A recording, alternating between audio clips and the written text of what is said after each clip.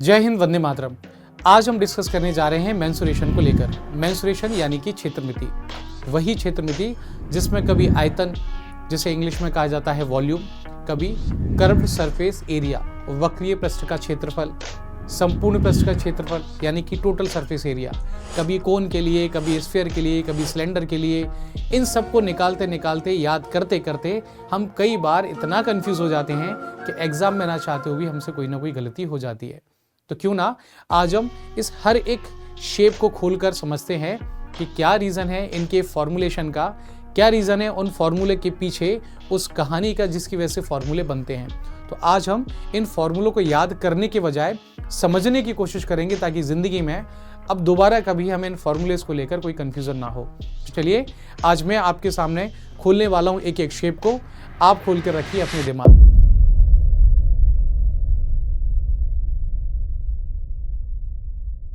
शुरुआत करते हैं सर्कल के साथ में।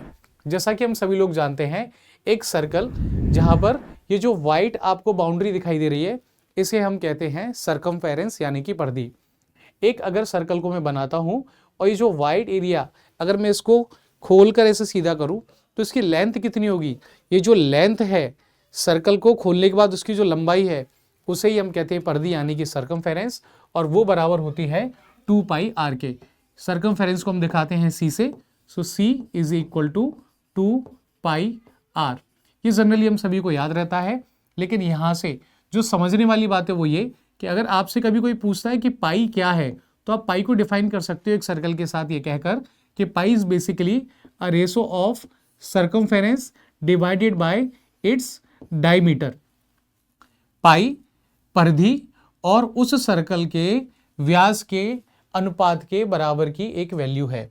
तो इस तरह से हम पाई के लिए एक रिलेशनशिप एस्टेब्लिश कर सकते हैं बाय यूजिंग अ सर्कल। चलिए अब बात करते हैं इसके आगे, इसके एरिया को लेकर। हम सभी लोग जानते हैं सर्कल का एरिया होता है पाई आर स्क्वायर, पर आज समझने की कोशिश करते हैं कि ये पाई आर स्क्वायर आता कैसे है। मान के चलिए हमारे पास एक सर्कल है और अभी इनिशियली मैं इसके 4 हिस्से कर देता हूं। 4 हिस्से, अगर मैं इन 2 हिस्सों की बात करूं और आपसे पूछता हूं इनकी सर्कमफेरेंस क्या होगी, यहां सिर्फ हाफ सर्कल की सर्कमफेरेंस क्या होगी, तो ये हो जाएगी पाई आर। और ये जो रिमेनिंग हाफ है इसकी सर्कमफेरेंस ये भी होगी पाई आर। इस तरह से टोटल हो गया 2 पाई आर। अब इन्हीं को मैं कुछ इस तरीके से अरेंज करूं, डाउनवर्ड एंड अपवर्ड, कुछ इस तरह से, तो ये जो हमें कर्व से मिल रही है, इस कर्व्ड शेप की लेंथ होगी पाई आर और इस कर्व्ड शेप की लेंथ होगी पाई आर। और ये जो आप किनारे से सेंटर की तरफ लाइन देख रहे हैं, ये बराबर है एक्चुअल में इसकी रेडियस के, तो हम कह सकते हैं ये है आर। चलिए ये मैंने इस सर्कल के किए थे 4 हिस्से।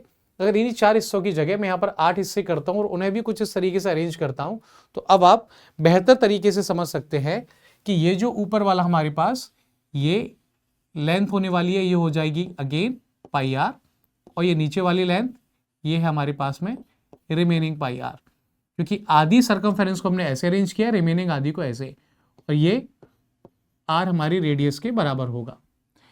इसी को 4 और 8 की बजाय मैं बहुत सारे टुकड़े कर लूं और इस तरीके से अरेंज करता हूं, तो अब फर्क ये आ रहा है जैसे जैसे हम टुकड़े बढ़ाते जा रहे हैं, आप देखिए ये जो कर्विकल शेप है ये धीरे धीरे थोड़ी सी स्मूथ होती जा रही है।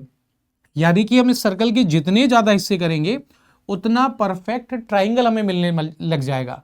और ये जो परफेक्ट ट्राइंगल है इसकी लेंथ, जैसा कि हम बार बार देख रहे हैं, ये है पाई आर, और इसकी विड्थ को हम बोलेंगे आर, और एरिया लेंथ इंटू विड्थ करने के बाद, यानी कि पाई आर का आर से मल्टीप्लीकेशन करने के बाद मैं निकाल सकता हूं इस सर्कल का एरिया, जो कि इक्वल हो जाएगा पाई आर स्क्वायर के। तो ये बड़ा छोटा सा रीजन है कैसे हम ये जस्टिफाई कर सकते हैं कि एक सर्कल का एरिया पाई आर स्क्वायर ही होता है। चलिए सर्कल के थोड़ा सा आगे बढ़े तो हमें मिलने वाला है क्यूब, जिसे हिंदी में कहा जाता है घन। क्यूब एक ऐसी शेप होती है जिसकी तीनों ही डायमेंशन, यानी कि लंबाई या फिर चौड़ाई, या हम बात करें इसकी ऊंचाई की, ये तीनों ही सेम होती हैं, इक्वल होती हैं। यानी कि अगर इसकी लंबाई को मानते हैं a, तो इसकी चौड़ाई, इसकी ऊंचाई भी क्या होगी, a एंड a। अब अगर हम इसका वॉल्यूम निकालें, हिंदी में कहते हैं आयतन, तो उसका फॉर्मूला हो जाएगा ए, लंबाई गुणित चौड़ाई गुणित ऊंचाई, यानी कि यहाँ आने वाला है ए क्यूब।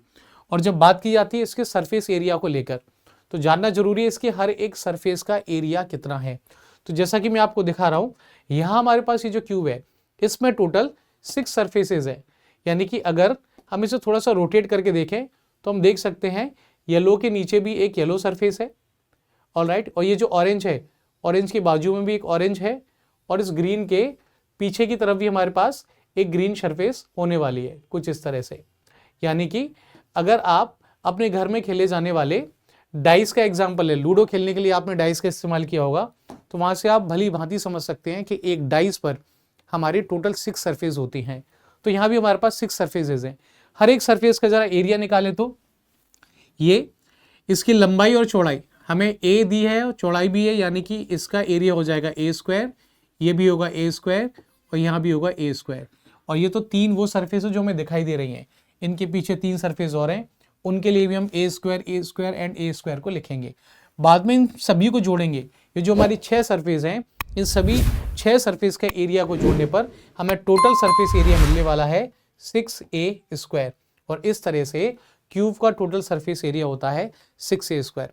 अब देखिए, एग्जामिनर आपको कंफ्यूज करने के लिए कुछ इस तरीके के सवाल पूछता है कि एक रूम है जिसकी शेप क्यूब शेप में है और आप इसको पेंट करना चाहते हैं, तो बताइए टोटल सरफेस एरिया क्या होगा जिसे आपने पेंट करना है।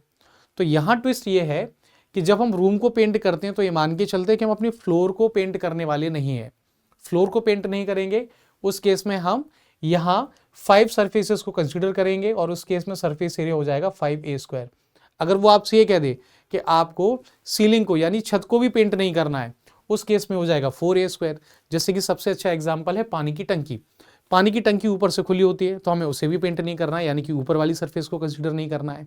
और पानी की टंकी में जो तली है, उसका जो बॉटम है, ऑब्वियस हम उसे भी पेंट नहीं करेंगे, क्योंकि पानी के अंदर पेंट करने का कोई लॉजिक नहीं बनता। और अगर टंकी जमीन पे रखी हुई तो बाहर वाली सरफेस को भी पेंट करके क्या करेंगे, है ना। तो कुल मिला के वो जो तली है, वो जो बॉटम है, उसे हम किसी भी साइड से पेंट करने वाले नहीं है। अब हमें जो पेंट करना है वो है उस पानी की टंकी के चारों तरफ की वो 4 सरफेसेस, यानी कि पानी की टंकी वाले केस में ये हो जाएगा 4a स्क्वायर। और उस पर भी ये कह दिया जाए कि पानी की टंकी किसी कोने में बनी हुई है, मतलब 2 दीवारों से सराउंडेड। ऑलरेडी आपके पास घर की कोई छत ऐसी है जहां पर 2 दीवार बनी हुई है इस तरह से, और वहां पर आपने कोने में ही 2 दीवारों को और बनाकर पानी की टंकी का कंस्ट्रक्शन कर दिया। तो उस केस में पेंट करने के लिए हमें सिर्फ 2 सरफेस को कंसीडर करना है और वह हम बोलेंगे 2a स्क्वायर। तो बात बड़ी सिंपल सी है, टोटल सरफेस एरिया निकालने के लिए हमें सबसे पहले ये सोचना चाहिए कि हमारे पास टोटल सरफेस कितनी है और हर एक सरफेस का कितना एरिया है। उन सभी को ऐड करने के बाद हम टोटल सरफेस एरिया निकाल सकते हैं। चलिए आगे बढ़ते हैं और बात करते हैं क्यूबॉइड की, जिसे कहा जाता है घनाभ। क्यूबॉइड एक ऐसी शेप है जिसमें लंबाई, चौड़ाई और ऊंचाई ये तीनों एक जैसी नहीं होती। मतलब हो सकता है इनमें से कोई एक अलग हो, या लंबाई अलग हो, या चौड़ाई अलग हो, या ऊंचाई, या हो सकता है तीनों ही अलग हो। और यहां जैसा कि आप एक क्यूबॉइड देख रहे हैं, इसमें भी हमारे पास टोटल कितनी सरफेस होती हैं? टोटल सरफेस होगी 6। यानी कि ये जो आप देख रहे हैं ऑरेंज, इसके पीछे भी एक ऑरेंज सरफेस है। ये जो आप ग्रीन देख रहे हैं, ग्रीन को अगर मैं दिखाऊं तो इसके नीचे भी एक सरफेस है, ये ग्रीन के नीचे एक ग्रीन, राइट। और ठीक इसी तरह ये जो येलो सरफेस आपको दिखाई दे रही है, इसके पीछे भी एक येलो सरफेस है। तो कुल मिला के हम ये कह सकते हैं हमारे पास ये जो शेप है क्यूबॉइड, इसकी लंबाई, चौड़ाई, ऊंचाई अलग होने के साथ साथ हम ये कह पाएंगे इसमें टोटल 6 सरफेसेस हैं। यानी कि जब वॉल्यूम हमें निकालना होगा तो सपोज हम कंसीडर कर रहे हैं ये है इसकी लेंथ, इसे मैं मान लेता हूं विड्थ, और सपोज ये है हाइट, और इस तरह से वॉल्यूम हो जाएगा length into breadth into height. पर जब टोटल सरफेस एरिया में निकालना होगा तो अब इस हर एक सरफेस का पहले हमें अलग अलग एरिया निकालना है, बाद में उसको जोड़ना है। जैसे कि ये जो सरफेस है ऑरेंज कलर वाली, इसकी लेंथ एक डायमेंशन तो ये है, दूसरी डायमेंशन है ये हाइट, लेंथ इंटू हाइट। यहां येलो वाले की बात करें तो b इंटू एच, ग्रीन की बात करें तो हमें मिल जाएगा लेंथ एंड ब्रेड्थ, यानी कि l इंटू बी। और जैसा मैंने आपको बताया इस ग्रीन के अलावा नीचे भी एक ग्रीन है, इस ऑरेंज के पीछे एक ऑरेंज है, इस येलो के बाजू में एक येलो है। मतलब अब हमें इन्हीं तीनों को ऐड करना है लेकिन 2 बार। तो टोटल सरफेस एरिया एक क्यूबाइड का हो जाएगा 2 और ऐड कर देते हैं आप इनको, यानी कि L into H plus B into H and plus L into B। ये निकल आया हमारा total surface area in case of cuboid. थोड़ा सा आगे बढ़ें और बात करते हैं सिलेंडर की। सिलेंडर यानी कि एक ऐसी शेप जिसमें कि हम किसी पेपर से, आपको अगर आपने फोल्ड किया हो अपने घर में, कभी भी आपने अगर बेलन को देखा हो तो बेलन के दोनों हत्थों को अगर हटा दें तो वो जो शेप हमारी बनती है वो सिलेंड्रिकल शेप की होती है। जैसे कि हम यहाँ पर देख सकते हैं एक सिलेंडर हमारे पास होता है कुछ इस टाइप का, जिसमें कि दोनों upper side and bottom side कोई भी कवरेज नहीं होता, यानी कि दोनों तरफ से खुला हुआ रहता है। तो इस केस में अगर मैं आपको दिखाऊं, ये हमारे पास एक ऐसा सिलेंडर है जो कि खुला हुआ है दोनों तरफ से, यहां से भी और अगर आप देखेंगे बॉटम साइड से भी। तो ये इस टाइप का सिलेंडर है जिसको हमने दोनों तरफ से खोल रखा है, राइट। एक दूसरी हमारे पास सिलेंडर हो सकता है जिसको हमने एक तरफ से कवर कर रखा हो, यानी कि ये जो सिलेंडर है अगर हम इसे रोटेट करें तो देखिए ये नीचे से कवर है और ऊपर से खुला हुआ है। और एक सिलेंडर हमारे पास वो हो सकता है जो कि दोनों साइड से बंद हो, यानी कि जब हम इसकी बात करेंगे तो ये ऊपर से भी बंद है और ये नीचे से भी बंद है। तो चलिए समझते हैं वन बाई वन इन तीनों ही सिलेंडर के केस में क्या होने वाला है वॉल्यूम, क्या होने वाला है curve surface area and total surface area. यहाँ जो कर्व सरफेस एरिया है ये बताता है उस सरफेस एरिया को जो कि कर्विकल शेप में है, जो कि मुड़ा हुआ है। जैसे कि ये जो मुड़ा हुआ है, ये जो पोर्शन है इसको बोलेंगे कर्व सरफेस एरिया। तो इसे निकालने के लिए एक बार इसको एक्सपेंड करके देखते हैं इसके क्या डायमेंशंस है। तो जब हम इसे एक्सपेंड करते हैं तो देखते हैं हमारे पास एक रेक्टेंगुलर शेप बन रही है। अगर मुझे कैसे भी ये पता चल जाए कि ये लंबाई क्या है और ये चौड़ाई क्या है तो मैं बड़े इजीली इसका कर्व सरफेस एरिया निकाल सकता हूँ। तो समझते हैं ये क्या है। अगर हम इसे देखें और थोड़ा सा ऑब्जर्व करें तो हम पाएंगे कि ये जो सर्कल है इसकी सरकमफेरेंस ही वास्तव में देखा जाए लंबाई है और इस सिलेंडर की जो हाइट है वो उस रेक्टेंगल की चौड़ाई है। एक बार फिर से देखिए, इसी को हमने ओपन किया तो हमारे पास कुछ ऐसी शेप बन गई, यानी कि हम कह सकते हैं कि इसकी जो लेंथ होने वाली है वो हो जाएगी 2πr और जब बात करते हैं इसकी हाइट की तो वो है h। ठीक, तो इस तरह से हम निकाल सकते हैं curved surface area that will be equal to 2πrh। जब बात करते हैं इसके वॉल्यूम की तो देखा जाए इसका वॉल्यूम बेसिकली ये हमारे पास एक सर्कल है, सर्कुलर शेप है जिसकी हमने विड्थ, जिसकी हमने मोटाई h कर दी है। अगर मैं इसे h कह रहा हूं तो हम कह सकते हैं एक ऐसे सर्कल को जिसकी मोटाई h है, वही अगर हम यहां पर लिखे तो वॉल्यूम का काम करेगा। यानी कि जैसा कि यहाँ पे सर्कल का एरिया होता है πr स्क्वायर, अब इसकी मोटाई के इसमें और मल्टीप्लीकेशन कर देंगे, विड्थ का मल्टीप्लीकेशन h करने पर हमें मिल जाता है πr स्क्वायर h, एक सिलेंडर का वॉल्यूम। तो ये दो चीज हमने कैलकुलेट कर ली। अब बात करते हैं टोटल सरफेस एरिया उस केस में जब हम कर्व सरफेस के साथ साथ ऊपर की तरफ बंद, यानी कि एक ऐसा सिलेंडर जो कि किसी एक साइड से बंद है और एक ऐसा सिलेंडर जो कि दोनों तरफ से बंद है, तब टोटल सरफेस एरिया में हम कर्व सरफेस एरिया के साथ जोड़ देते हैं ये जो नीचे बॉटम या फिर अपर साइड हमारा जो भी एक सर्कुलर शेप बन रही है उसके एरिया को।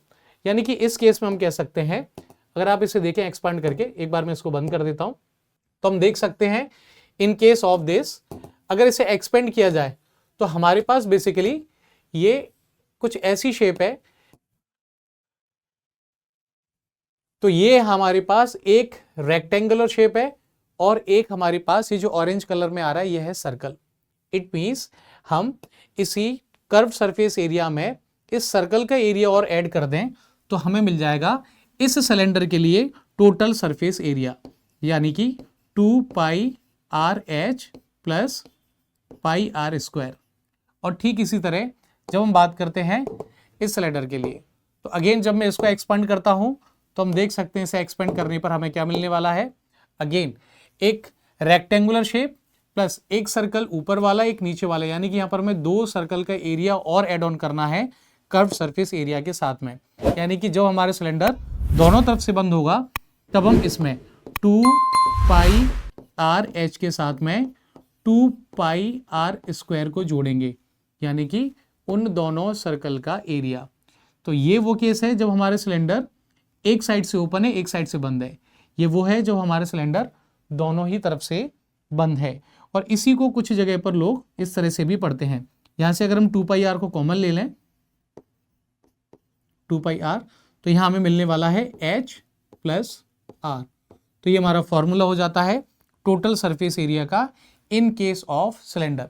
अब अगेन मैं आपसे बोलूंगा कि क्वेश्चन में आपको क्या दिया गया है। अगर आपसे कहा जा रहा है कि एक पानी का गिलास है जो कि सिलेंड्रिकल शेप का है, उस केस में टोटल सरफेस एरिया जब आपसे पूछा जाएगा तो ऑब्वियस सी बात है 2 पाई आर एच के साथ में आप सिर्फ एक ही साइड जो आपकी सरफेस है, वो जो सर्कल है उसका एरिया हम सिर्फ एक बार ऐड करेंगे। और जब हमारे सिलेंडर दोनों तरफ से क्लोज है उस केस में हम 2 पाई आर स्क्वायर को जोड़ेंगे, यानी कि इन दोनों सर्कल का एरिया हम ऐड कर देंगे 2 पाई आर एच के साथ में। चलिए अब जैसा कि हमने इस वॉल्यूम को कैलकुलेट यहाँ किया है, बात करते हैं कुछ और शेप्स के वॉल्यूम के साथ में। यहाँ हम निकाल चुके हैं कि इसका जो वॉल्यूम होता है that is equal to pi r square h, यानी कि ये एक सर्कल है, सर्कल का एरिया निकाला था जो था हमारा पाई आर स्क्वायर, और अगर इसकी विड्थ, इस सर्कल की मोटाई h है, तो यही इसका वॉल्यूम बन जाएगा पाई आर स्क्वायर एच। अब अगर आप इस कोन को, हम यह कंसीडर कर रहे हैं कि एक ऐसा सिलेंडर और ऐसा स्फीयर और एक ऐसा कोन जिनकी हाइट एक बराबर है, यानी कि ये h है तो सेम हाइट की हमारे बाकी के शेप्स भी हैं, और इनकी रेडियस भी एक बराबर है, यानी कि ये और हम कह सकते हैं ये, इनकी रेडियस भी एक बराबर है।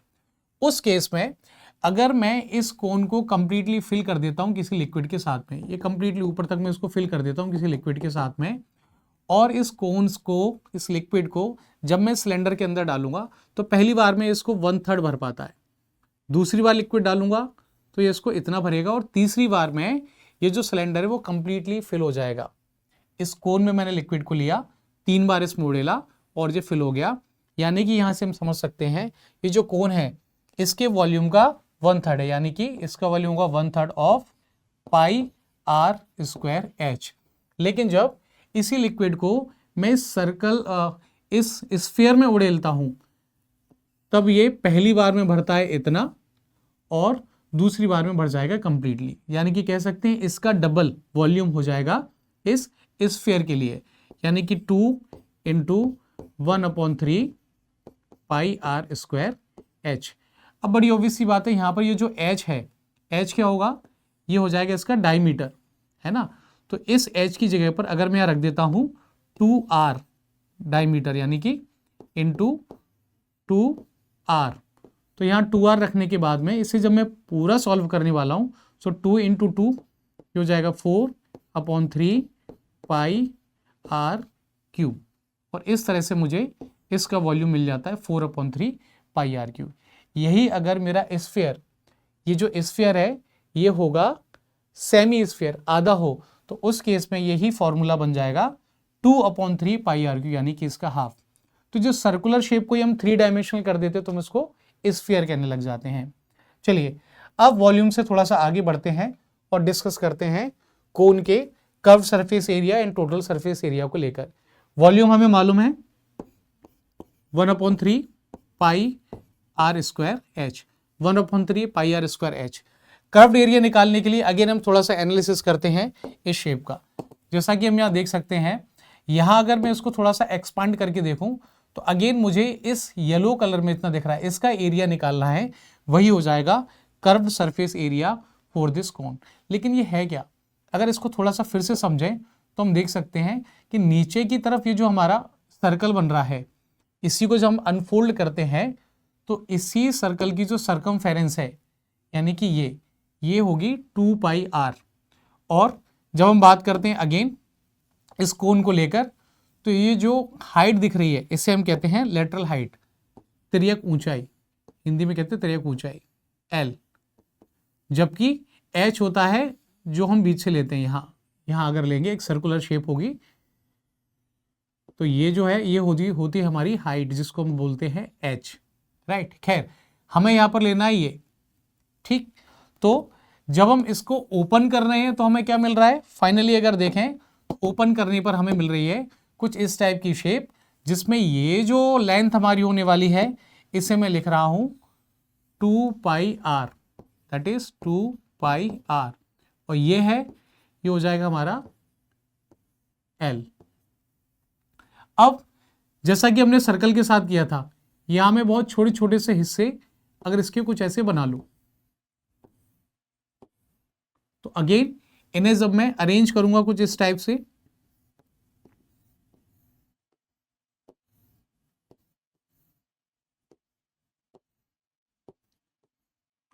तो इस तरह से हम एक रेक्टेंगुलर शेप बना लेंगे, और उसमें भी यहां ये जो लेंथ होने वाली है वो होगी हमारी πr, क्योंकि रिमेनिंग πr रहेगी यहाँ नीचे, और ये रहने वाली है l।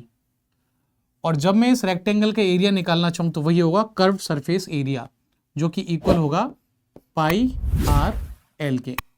और जब मुझे निकालना हो total surface area, total surface area निकालने के लिए ऑब्वियस सी बात है नीचे जो सर्कुलर शेप है मुझे इसका एरिया भी ऐड करना पड़ेगा।